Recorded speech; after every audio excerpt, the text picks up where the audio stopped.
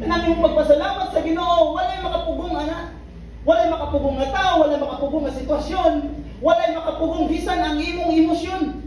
Amen. Wala ka mubutong sa Ginoo para sa matagusa. Mayroong mapasalamaton ka, di lang sa usa ka circumstances sa imong kinabuhi, kundi sa tanan nga panahon sa imong kinabuhi. Atong hinumduman kanunay ang kaayuhan sa Ginoo. Atong hinumduman kung unsa ka maayo ang Ginoo sa atong kinabuhi. Hallelujah. Bless the Lord, O my soul. Ningon diha ang salmista nga, dahil ka ang Diyos o kalagbo, and forget not all His benefits. No, ningon na atong hinumduman ang dili, o sa indescribable, Dili ma-describe. dili ma-describe. Gisgutan, ang gift nga gisgutan diha, mao ni ang gift nga gitawag og surpassing grace of God. Mao niya ang grasya sa Ginoo, ang iyang grasya. Grasya nga atong nadapat tungod sa atong pagsunod ni Ginoong Hesus. Amen. Kini mo grasya giigsoon, this is the gift that saves us.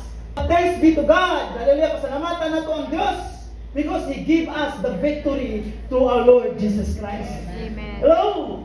No, naakamalon nagatupang sa bugno sa kinabuhi, hinumdumi igsoon nga si Ginoong Hesus maghatag nimong kalaugan.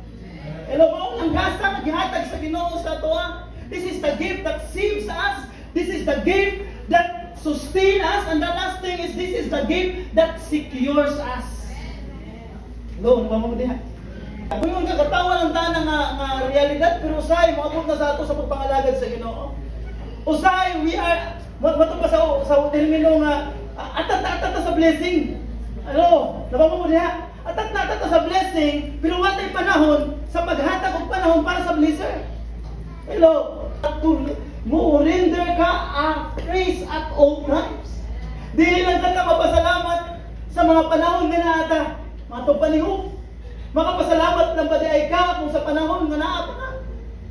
Pero sa panahon nga ingani na atong nadangatan, di ba ta ka makapasalamat sa Ginoo? We can still praise God. Why? Because we know that He will sustain us. Ang gawaton si Ginoong Hesus igsoon because assurance nato mamay mo ma-secure atong kinabuhi. Just as you accepted Christ Jesus as your Lord, kung sa gingon sa pulong sa Ginoo, you must continue to follow Him.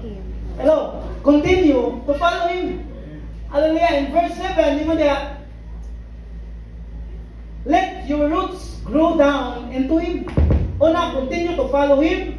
Let your roots grow down into Him. Dato pa, tinanan nga ang imong gamot mulalom, diha. Dato pa, ang imong kinabuhi mapundar, diha ang Ginoong Hesus. Hallelujah. And let your lives be built on Him. Ug ang imong kinabuhi mapanday diha sa kinabuhi ni Ginoong Hesus.